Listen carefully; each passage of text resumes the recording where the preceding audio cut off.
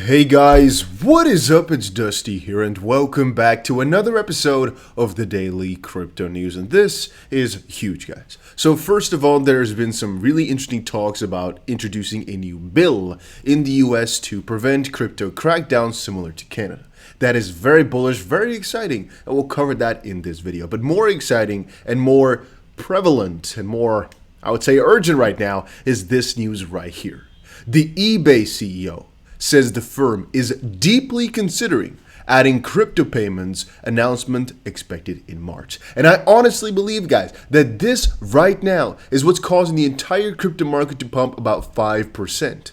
So here you guys can see it. Every single crypto right now is pumping about 4, 5, 8, 9, whatever percent on the last hour or so. And this eBay news came out about 2 hours ago. So it's not completely one-to-one.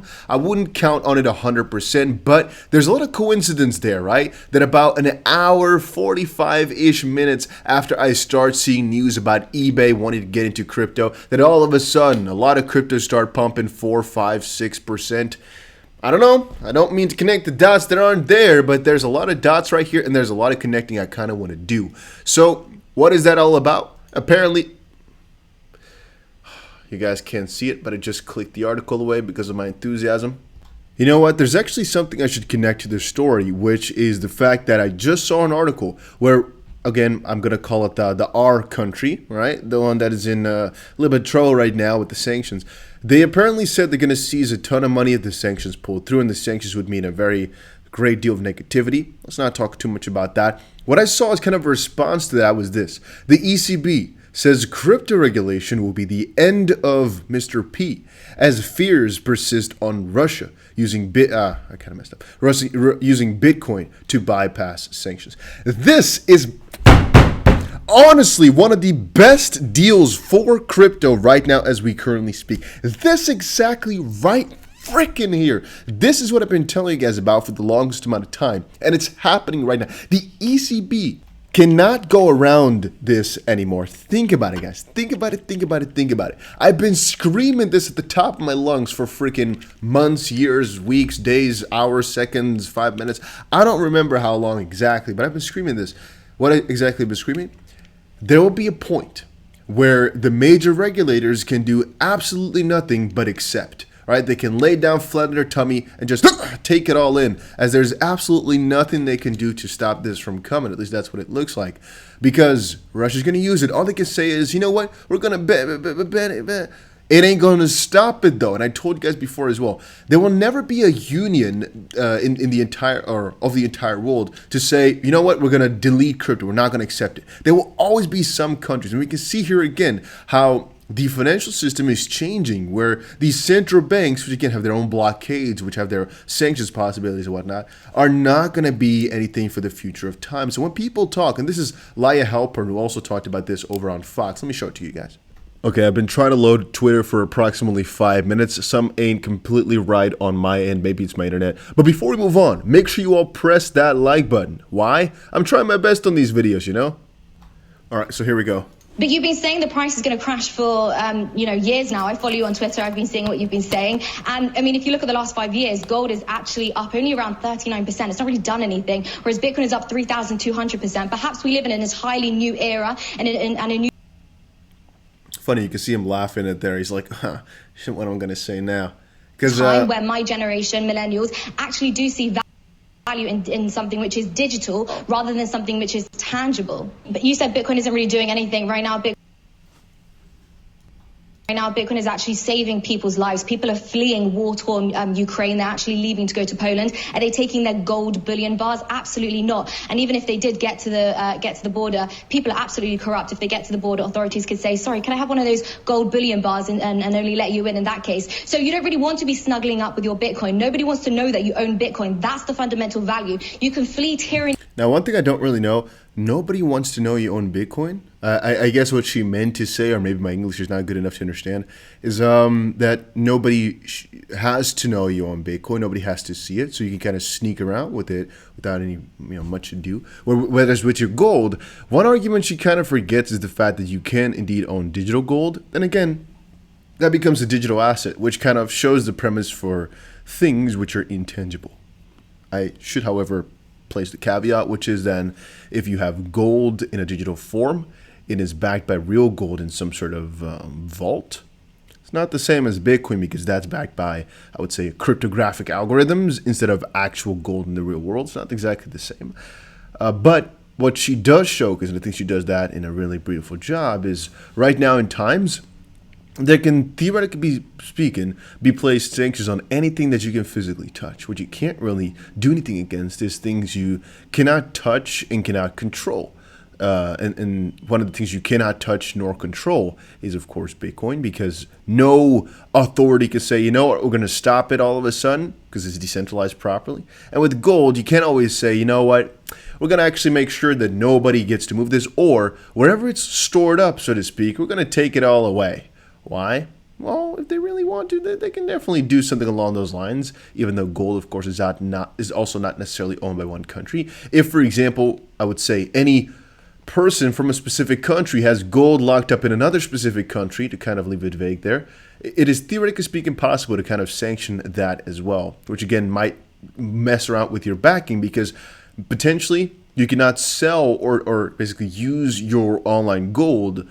I mean, what are we talking about here? It's not actually easy to use your online gold to just purchase some freaking goods with anyway, right? It's not as if you can really quickly, you know what? Let me send you some gold schmeckles all of a sudden to your gold account. I was like, I don't know how that's supposed to work. If you're all of a sudden in some trouble. And right now you can flee, lockdowns. You can. I'm also thinking, sorry if I keep interrupting, give me your gold.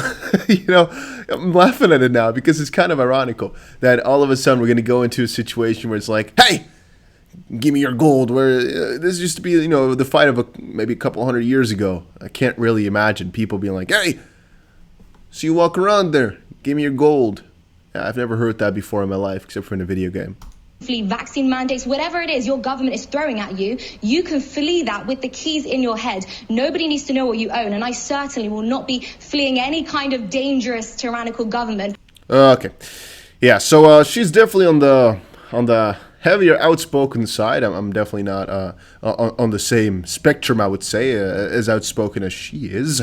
That's for sure something. But the premise, I would say, is quite nice, which is, with this cryptocurrency, you can do a lot. And this was a very important announcement for her. However, not to stray away too much from what we were basically rooting for here, eBay CEO says the firm is deeply considering adding crypto payments. Announcement is expected in March, so pretty soon here. Apparently, March 10th. Speaking to the street, the paper, in a Sunday interview, Jamie Ione, eBay's CEO, stated that although the company was not accepting crypto payment at the time, they were looking into the sector and could soon make an announcement in their upcoming investor meeting on March 10th. Quote, we continue to evaluate other forms of payment that we should take onto our platform. We don't currently accept crypto, Ione said, but on March 10th, we're going to go deeper into all these things, payment, advertising, our focus categories, end quote. And so Ione, Ian1, whatever, said that they had noted an impressive surge in transactions involving NFTs, stating that the company was working towards being the place where people trade goods, whether they be physical or digital. So this kind of means eBay wants to become the, literally the marketplace for everything. So it's going to be an NFT marketplace rather soon, a really centered NFT marketplace rather soon. So even without announcing anything or doing anything, people started trading NFT on a platform, he continued. This is very interesting, guys. This is very, very interesting. eBay started allowing the sale of NFTs in May of 2021, and they were doing good. But I'm talking about becoming the central place for NFTs. eBay has a good advantage, right? I would say, honestly, if they really wanted to, Elon Musk, for example, and Mark Cuban could work together and make the most important NFT marketplace forever and ever and ever.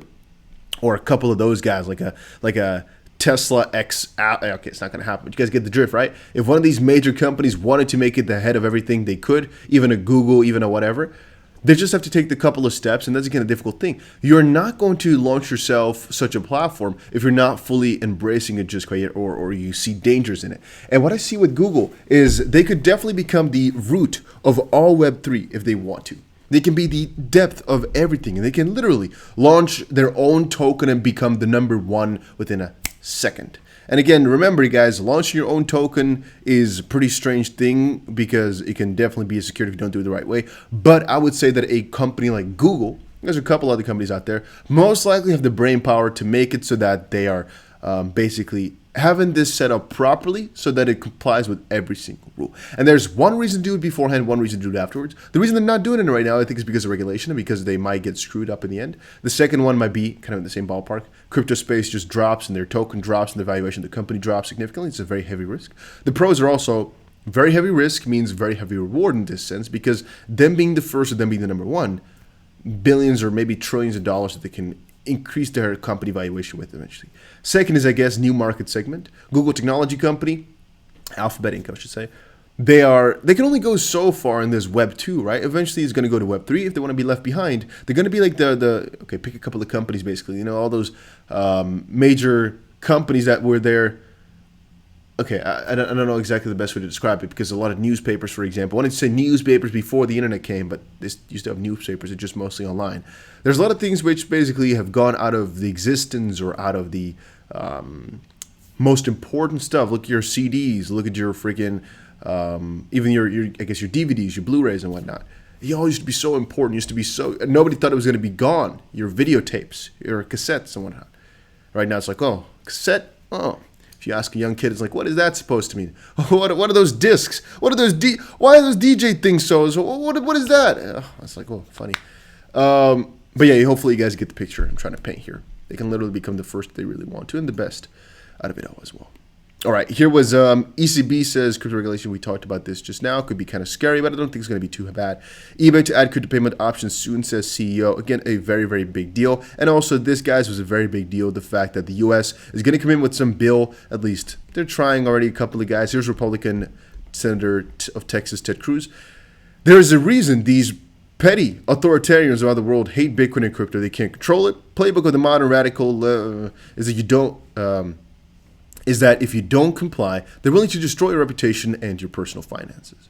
And so things could be kind of scary here. A lot of these announcements could be good or could be bad. Yeah. I'm wondering what's going to come out of this. We also know exactly the way they mean the context here. It could be either side. To basically prevent crypto crackdown in a positive way, or basically prevent crypto, a crackdown similar to Canada's, Yeah, it's going to be interesting to see. I don't really care, honestly, because whatever bill gets thrown up, there's going to be a couple of different steps before it gets put into place. What I really care about, honestly, is this eBay announcement, the fact that that's pulling through, and the fact that today was a really bullish day. It kind of connected the two dots. Sentiment here said global stocks are starting this week in the red, with the S&P down about 2% as concerns loom. Bitcoin has remained closely pegged to the equities, which again today is not true at all. As traders await a breakout sign, which again Bitcoin did and the stock market has not done, pay close attention to the relationship, which once more is not completely true, as right now they completely threw each other over the board, which has been interesting. And I also keep shouting out to you guys, the governments are going to get more and more invested and more involved. Right now it's still let's get away from it, let's ban it, let's think about it. Eventually it's going to be like, okay, how can we benefit from this the most? Right now we are seeing the fundamentals like Russia, for example, sitting in those steps.